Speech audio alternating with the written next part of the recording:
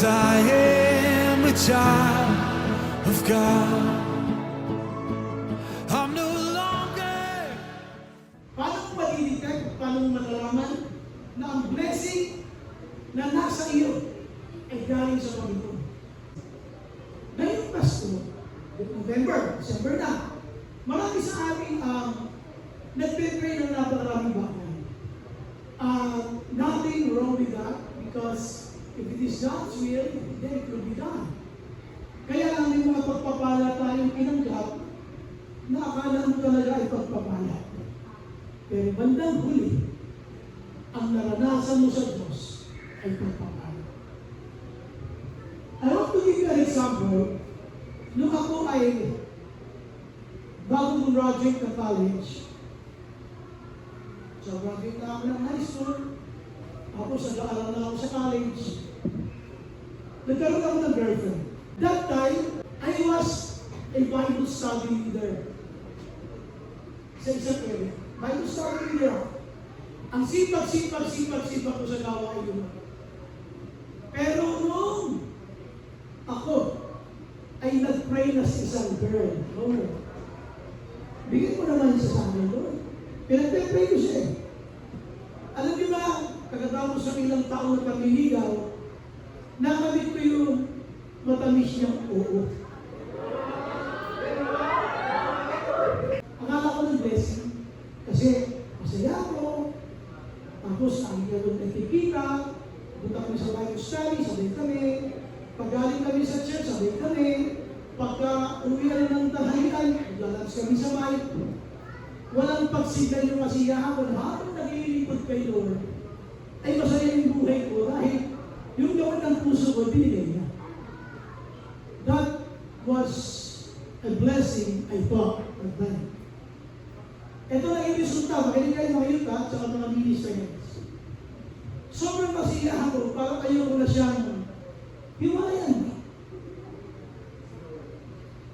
Kaya ano nangyayari? Lumilipas sa mga panahon, hindi ko alam, may mga mali na pala ako nagagawa. Sample, ako yung Bible study leader, dumadating ako doon sa Bible study late. Kasi susunduin ko pa siya. Dating ko doon, sabi nyo, nandoon yung mga members, nandoon sila, dadating ako, all eyes on me. Kasi ako Bible study leader, pero dadating ko, late ako. So, hindi magandang testimony. So, ilang Webis yun, kasi every Thursday Bible study, isang araw ng Webis na dumating ako. Ito ako, may nakatayo na. May nakatayo na, may nag-biblis na. Ito ko yung shadow. Kasi garahe yun lang, isang kapatingan. Kaya kami Bible study. Alam niyo kung sino nakatayo? Yung pastor ko. Hindi na niya ako naantay, dadalawin sana niya ang Bible study, kaya lang hindi na niya naantay. Sobrang late ko na, yung mga members na naantay, kaya siya na ako ngayon, siya na ang nag-preach. So, from that time on, pinausap na. Sabi niya, anong nangyayari sa Bible study? Bakit late ka na dumadating? Nalaman ko sa kanila, i-interview ko sa kanila, dumadating ka na late. Tapos, bago pumunta sa gawain, sa ibang gawain, dadaanan ko pa siya, susupin ko pa siya, pakitsura magiging late. Hindi naging maganda ang aking testimony. Hindi naging maganda, kaya kinausap ako ng pastor ko. Sabi niya, kung yan ay blessing, bakit parang nakakaroon ng epekto sa iyong gawain para yun? Akala mo ang blessing, hindi dapat mas masipag ka na, pero hindi ka na rin. Dapat mas maaga ka sa gawain mo. Nag-usap kami ng aking girlfriend that night. At sa tingin namin pareho mali.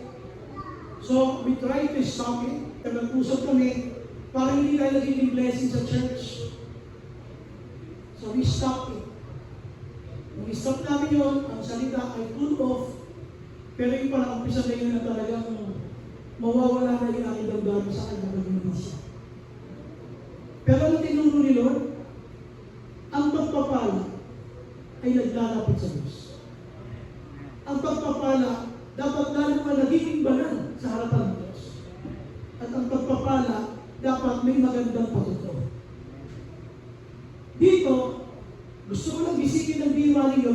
blessing na dadating eh.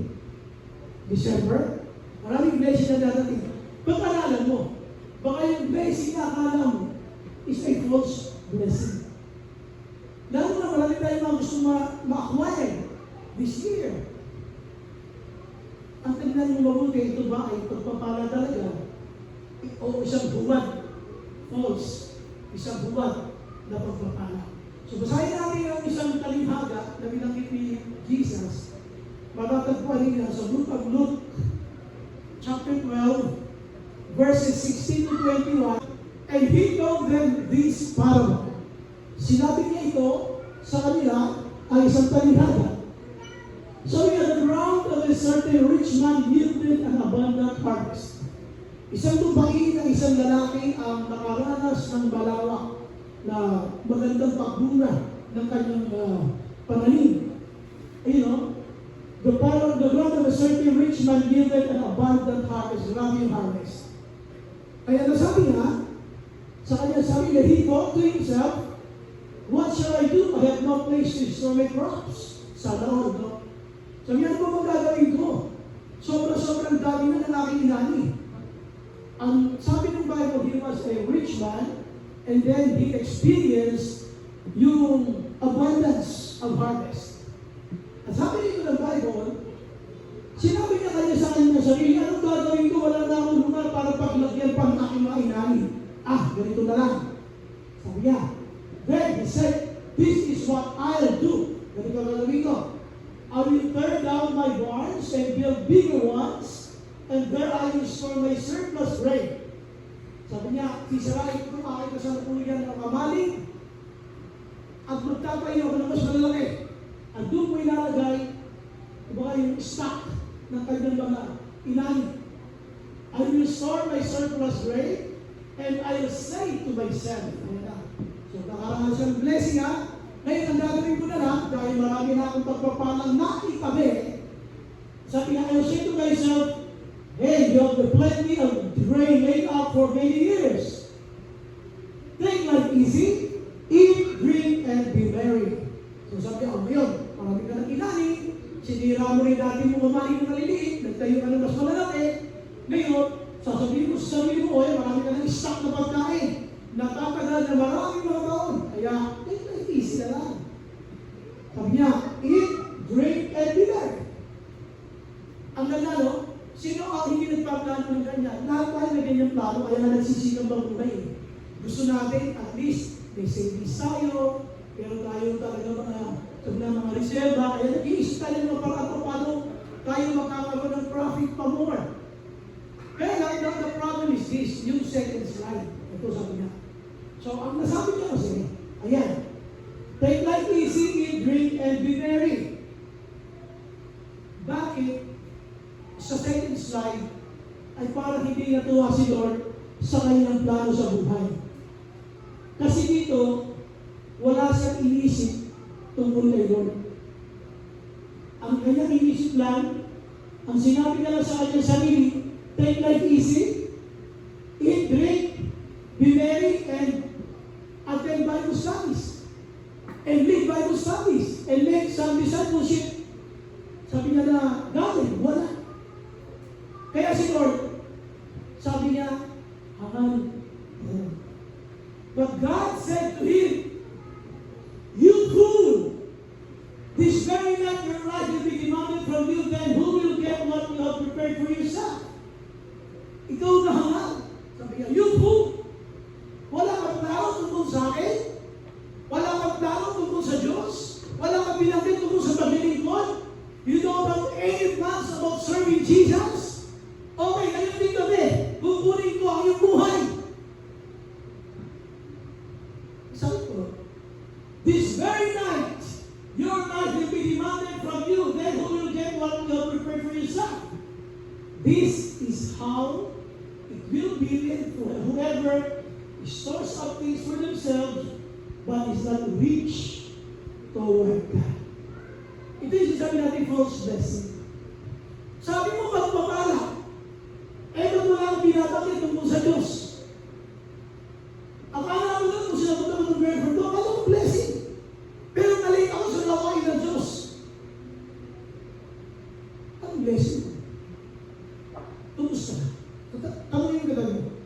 parusa.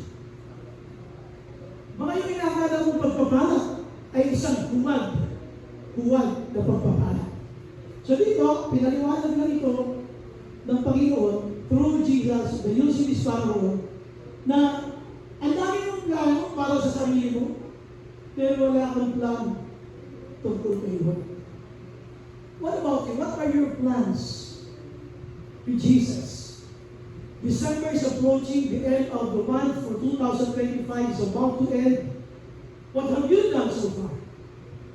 Ilan naman na sila mo ng Word of God? Ano, puro naman tayo corporate life? Wala naman tayo pag-uusapan kundi mga business transactions? Wala naman tayo pag-uusapan kundi mga bagay na gusto mong makamit dito sa mundo? Eh sabi ni Lord, you fool! Fool ang tawag niya sa taong walang pakialam sa mga bagay na makalangit. You fool! Dahil mong plano, wala ako sa plano mo. Ngayong gabi nito, humunin ko hiling ako. Sabi mo sa kanya, matakot ka ngayon. Iyakin mo, yung blessing na sinasabi mo ay galing sa Panginoon. Tapingin mo gawin mo, makinig ka mo. May point number 1. Then he said, this is what I'll do. Makikita mo dito yung self-centeredness ng tao. When a person is self-centered, Jesus is secondary. When a person is self-centered, wala niyang pakialam. Everything that he or she does should be pleasing to him or her. Wala yung ibang gagawin kundi yung makaka-please lamang sa kanya. Kaya dito, sabi niyo, this is what I do. Puro I. Walang plano tungkol sa mga bagay na para kayo. Kaya ka dito, sabi ng Bible, then he said, nung siya'y umali na ng malaki, gagawa ako na mas malalaking kawali, at pagkagawa nito, ayan, sasabihin sa sarili ko, ayan, marami ka ng stock for many years. So, take life easy, eat, drink, and be merry. Ganun lang. Uubusin niya yung buhay niya, ikokonsume niya yung buhay niya, na pakinabangan lang ang lahat ng bigay ng Diyos, pero wala siyang kaplano-plano sa mga bagay tungkol sa Diyos. So, ano number 1? Sabi niya, ulitin ko, I will tear down my barn, build bigger ones, and there I will store my surplus grain.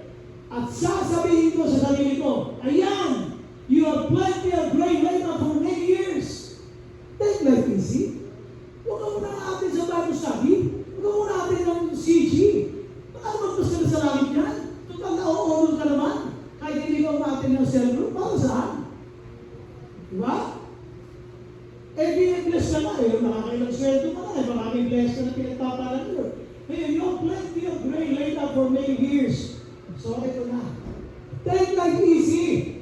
Easy lang pala. Baka magpas ka ng langit. Ganyan ang sinasabi nila. Drink and be merry. Bakit ito na dito? Bakit ito na dito? Ito kasi ay malaking challenge sa mga people who are working in the corporate. Kaya nakalagay na napakasipag mo sa trabaho. Perfect attendance ka.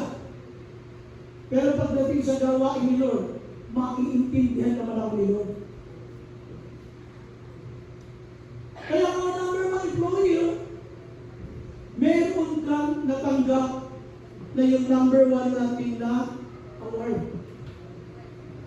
Meron kang award. Kasi ang galing-galing mo sa mundo. Sobra. Lagi ka mayroong award. Wow, number 1 employee of the year. Pero kay Lord, very poor. Napakadukha natin sa mga bagay na panlangit. Dito, grabe.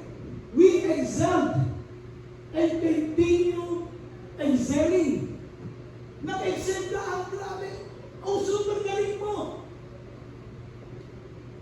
Masyado mong pinagplanuhan ang iyong career path.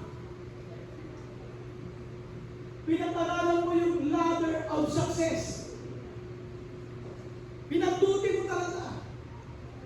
At wala mas marami. Wala masama ng bagay sa pag-aaral natin, pagbutingin pa natin. The only problem is this. Kapag na ikaw ngayon, ang iniisip mo na lang ay mga bagay ng mundo at wala ka ng pangarap sa nais ng Diyos para sa iyo, para sa maglilingkod, para sa Kanya. Punta natin seconds lang. But God said to him, "You fool!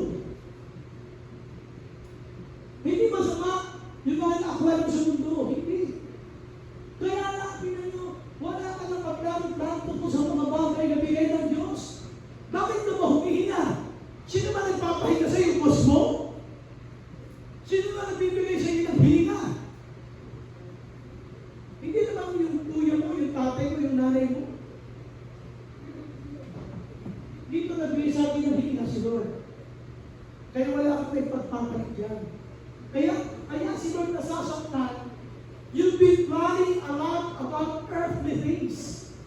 Pero mga bagay na para sa Kanya, ikaw ay dukhang-dukha.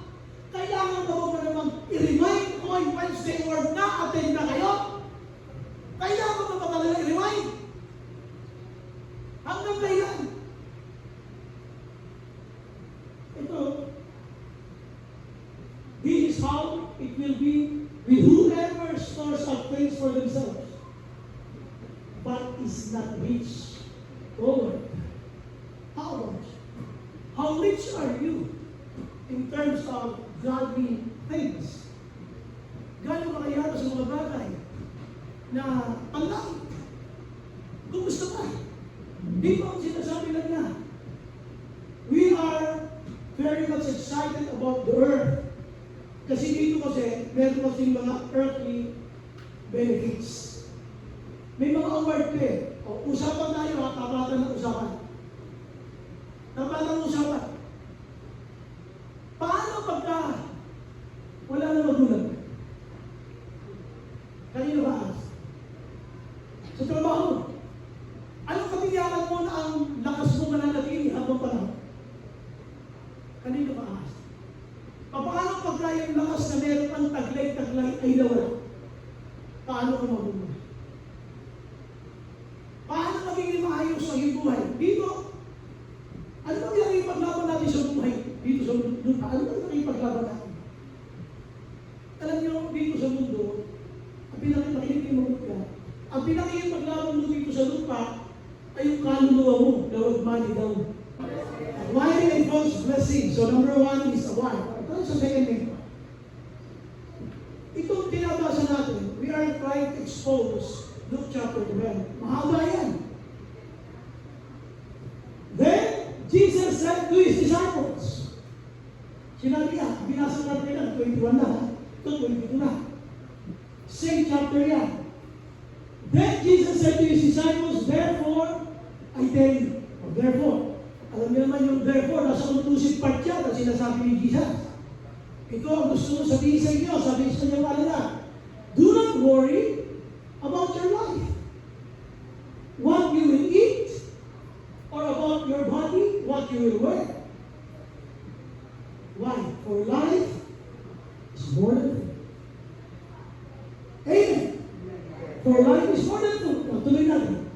And the body, more than clothes. Ngayon, bakit niya sinabi yung consider the ravens? Ito, tumawa. Bakit? Ilang beses namin naman sa Bible niya. Sabi niya, okay mo kalala.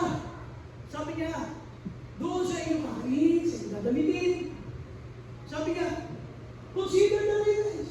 Bakit binanggit ang ravens? Asa tayo sa Jewish custom. In the Old Testament, ang ravens, same with eagle, they were considered as unclean food. Ipinagbawal yan sa bukang Leviticus, huwag kayong kakain ng mga ibon na yan. Bakit? They were considered as unclean food. Kinonsider yan ng Bible na marumi yung klase ng ibon, huwag yung kakainin yan. Pag kumain na yan kayo, huwag mo kang sa harap ko na kagumalduman, abomination ng yung ginawa. So ngayon, tingnan nyo, kung itong uwak na ito, ay, sabi ng Bible ay kasama sa listahan ng mga tinuturing na unclean food. Unclean food ka. Pero pinakakain ng Diyos. Ayan o, consider the ravens. They do not sow, hindi nagtatanim o maani. They have no store or barn, hindi katulad nung lalaki na food. Nagkapalapasan ng mas malalaking barn. Pero ito mga yung mga barns. Yet, ang sabi ng Bible, God feeds them. Palakpakan natin sa Lord. Tinutuloy na ang clean food. Kung ang clean ka, wala kang kwenta. Pero pinakakain ng Diyos. How much more are you na mga anak ng Diyos? Palakpakan natin ang Lord. Kanina po, kung mapapasigin mo, sabi ng Bible, yet God feeds them. And how much more valuable you are than birds.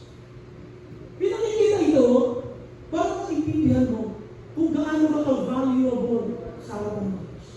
Kung gaano ka kahalaga sa harapan ng Diyos. Ikaw may value kay Lord, pero si Lord walang value sa iyo. Hindi mo kaya iisip ang mga bagay tungkol sa Diyos eh. Pero si Lord, just like this raven, na kung titignan mo para sabihin, walang kwenta pala yan, unclean food pala yan, pero pinakakain ng Diyos yung mga unclean. Ikaw pa kaya? Na hindi ko binayaran, na aking tinubos, na naging dahilan, tamakalayan ko sa Diyos. God feeds them. Now, so ano ang point natin dito? You must be aware. So, una, aware. Gusto mong nakamit dito sa mundo. Ito naman pangalawa, hindi ba siya aware? Grabe pala magmamahal ni Lord sa akin. Grabe pala magpapahal na ni Lord sa akin. Oo nga, wala kang makikitang raven. Lumurin. Kaya nakita ka ng uwak na nakapangalumbaba sa gilid. Wala kang makikitang uwak na nakapangalumbaba. You will never see a raven worried. Because our God, your Savior, feeds them. Ikaano na tayo? Sabi ko sa kayo, mas mahal ka na kayo. Ilakas mo naman, hindi ka narinig. Kapitin mo sa iyo. Kayo, mas malas. Mas mahalaga ka kay Sayo. Tingnan niyo kung gaano ka selfish itong tao to. Nalikalawin natin next slide. Tingnan mo ha. Binanggit na yan. Binanggit na yan ni Lord. Life is more than food. Bakit na sinabi ko yung food na ang buhay na higit sa mga pagkain? Bakit na sinabi? Yung context, ito yung iniipon, hangal, food, na kanyang ini-stop for many years. Masyado ang concentrated dyan. Na yung mga bagay na paglilingkod sa Diyos, wala kang plano-plano. Inubos nito yung oras mo. Nang-consume ka na maraming oras dyan. Puro sa food. Hey, consider the ravens. Ang ravens, mga umak, considered as unholy. Considered sila as unclean. Pero, pinakakain ng Diyos. Alam niyo ko ikaw yun? Kung wala ka lang ng kwenta yung mga umak, ito ba yung makakain? Di ba ganun tayo eh? Pero God is still concerned about it. Kaya dito sabi ng Bible, tingnan nyo, wala silang storeroom, wala silang kamalik, katulad na ginawa mo sa lalaki naman. Wala siyang barn. Ang concentration ng lalaking hangal ay food. Life is more than food. Sabi ni Jesus. So, huwag kang mag-concentrate sa mga bagay na yan hanggang hindi ka makapaglingkod sa Lord. And you have to be aware, lahat ng ating mga basic needs could be a disturbance in your service to God. When I say disturbance, pwede maka-distract. Hindi sabi mo ito magtrabaho. Pwede maka-distract. Ang dami natin ginagawa, pero wala tayong plano para kay Lord. May plano ka lang sa mga bagay na kaya mo kontrolin, katulad ng pagtatayo ng mga plano po natin. Hindi mo alam, yung bukas, hindi pinangako. Tomorrow is the big promise. Kaya nung gabi, sabi ni Lord, hangal, nalinding gabi, tulungan kita. Wala nakakaalam ng bukas. Ano sabi yung kumanta na may bukas mo? Ang bukas ay di natin vision.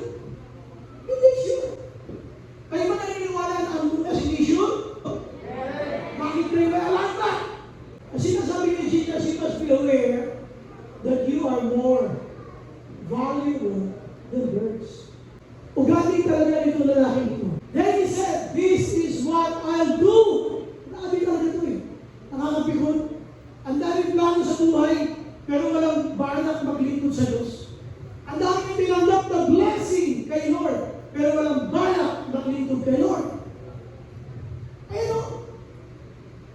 Ang sasabihin ko na lang, you have plenty of grain laid up for many years, then take life easy, eat, drink, and be merry. But God said, but God said to him, you fool, this very night, your life will be demanded from you. Then who will get what you have prepared for yourself? Please be aware na habang tayo ay sinasabi natin pinagpapala ng Panginoon, huwag mo kalilimutan ang paglilingkod sa Panginoon. Nung wala ka pang blessing, lagi mo nasa bawal. Nung may blessing ka na, kinagwira mo na yung blessing na yun para hindi ka makatin sa bawal. Ang sabi ni Lord sa verse 25, anong dapat mong gawin ngayon? Ikaw, ako, tayo. So, ang sabi ko na, pagkatapos ng kwento, yung tungkol sa lalaki na hangal, na pinahalaga ng mga bagay panlupa kaysa paglilingkod sa Diyos, ano na gawin natin ngayon? Nalaman natin na dapat pala, dapat consider natin ang raven. Na kahit siya ay unclean food, pinakakain ng Diyos. Unclean pa rin, ako, ayun, napakakain, unclean pa rin. Ano ba, pakinabang pa rin? Pero siguro, pinakakain pa rin siya. Kung yun nang walang kwenta, pinakakain na. Ikaw pa na mas may kwenta. Tumulong ang aking dugo dahil kailangan kita iligtas. Kaya nakaranas sa kaligtasan. So, balik tayo ito. So, anong gagawin natin ngayon? Ito. Be dressed. Sabihin, dumaya ka, be dressed, ready for service, and keep your lamps burning. Inihalip ang ano dito. Katulad ng mga servants na nag-aantay sa pagdating ng isang banquet ng isang lalaki. Like servants waiting for their master to return from the wedding banquet. So that when he comes, pagdating ng master, sabi niya, so that when he comes, knocks, they can immediately open the door for him. Yan, pag dumating yung master, kasi sinasabi nila, dapat lahat ng servants ay mayroong ilawan. Pero yung iba, may ilawan, may langis, pero siya wala. Kaya ang sabi nga, Jesus, be dressed, ready for service. Ihanda niyo yung katawan, igayak niyo ang iyong sarili sa paglilingkod. Ayan o. Hey, all I see, be dressed, dumayak ka, ready for service. Dapat nakalayak ka sa paglilingkod. Be ready for service. Ano ba? Sino yung mga tao hindi naunawaan na kailangan natin maglingkod sa Diyos? Ulit, ano yung number one? Number two? Be dressed, ready for service. Pag Wednesday night, huwag ka nang matutulog. Sabi mo, nakatulog ako, hindi ako nakatin sa Wednesday work kasi napagod ako dun sa blessing na bigay ni Lord. Tuloy hindi ako nakatin sa gawain. Be ready for service and keep your lamps burning. Huwag kang mainit. Huwag kang mainit. Bakit wala pa si Lord? Bakit wala pa yung aming master? Hindi pa bumabalik. Hindi pa nag-return. Huwag kang mainit. Tiyakin mo lang lagi na ang iyong ilawan. May mayroong langis katulad nito. Yung iba, gusto bang rapture? Pero namumuwi sa kasalanan, akala mo mapasok ka ng langit. Yung iba sa atin, gusto, Lord, dumating ka na po, pero namumuwi ka sa kasalanan. Kasama ka, present ka sa mga nag-aantay, pero hindi ka makakasabay. Dahil ang iyong ilawan ay walang langis. Sabi ng Bible, be ready for service. Dapat gising. Hey, dapat gising ang diwa natin sa paglilingkod. You must be awake. Tapos na yung mga excuses natin.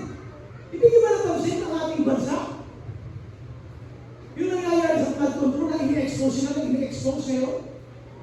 Yun ay resulta ng pananalangin namin na Lord, ayusin mo po ang aming bansa. Kaya lahat ng mga depressed sa bansa, ini-expose na nilo. Ipag-usapan natin yung mga kalamidad. Yung mga paglindol. Yung mga pagbaha. Punta ka sa ibang bansa, ganun din. Yung pag-aaway-aaway ng bansa sa kapwa bansa, mga palatandaan ng pagbabalik niya. Yung pagbabalik niya, yung tinatawag na return. When the Master, when Jesus returned, are you ready? Hindi! Kasi nakamahin na ka! Sabi dito, be dressed, ready for service! Amen! Pero pakita namin sa Lord. Be ready for service! Dapat hanggang tayo magtingkod kayo nun. Bakit tutulog-tulog tayo sa kansilan? Dapat, mag-Christian ka, gising ka. Awake spiritually. Dapat awake spiritually. Hindi mo pwede. Hindi tayo magtingkod sa Panginoon. Dapat ready ka. Laban tayo. Kaya ano nangyayari? You have a lot of plans. May plano ako sa family ko. May plano ako sa aking career. Even sa mga business na gusto mangyari in the near future. Lahat yun ay part of planning at yun ay being responsible as a Christian. Okay yun. Pero pag lahat ng yan, magiging dahilan para hindi na maglito, magkulang ka sa paglilito, then it's a false blessing. Ang totoong pinagpala, ininalapit ka sa Diyos. Ang totoong pinagpala, yung lalo na nagiging balan sa harapan ng Diyos. Dito sabi ng bayan, you have to be awake. Jesus come. Pabalik na si Lord. Gumising ka. Sabi ng second slide. But understand this. Pakinggan niyo po itong mabuti. But understand this, sabi ni Jesus. If the owner of the house had known at what hour the thief was coming, he would not have let his house be broken into. Ganito, sabi ni Jesus. Kung alam naman ng isang bahay kung kailan dadating ang magnanakaw, hindi ko papayagan na ito'y pasukin at wasakin ang kanyang bahay. Kasi alam niyo kung ano oras.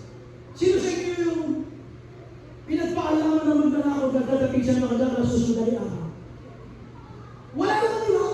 Lahat ng magnanakaw pag dumating, walang paalam. Ang kagandahan kay Lord, alam natin dadating, hindi mo alam kung kailan.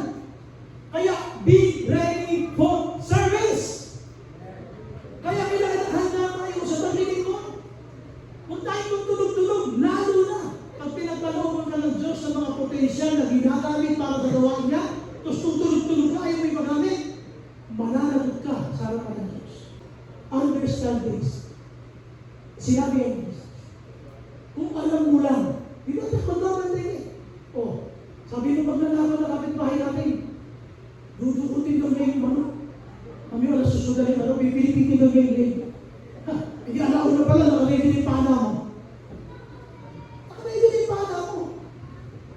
Kasi alam mo, wala natin. Hindi na babay na maisahan ka. Tagal mo nang naglingkod kayo, ngayon mo mo malalamig. Tagal mo na naglilingkod sa bahay, tagal mo na naglilingkod, ngayon mo mo malalamig. Eh lahat na nga na walang nandaan mo babalik na yun eh. Binanggit na at nangyayari na. Rapture na lang ang hindi nangyayari. Tapos sa'yo malalamig na, malalaba ka. Ang haba na ng tinakbo ng Christian na ito, tsaka ka mamamahinga. Kung kailan malapit na dumating sila. Huwag tayo sa conclusion. Ready or not, I come now. Sabi niya. Ready to run o hindi?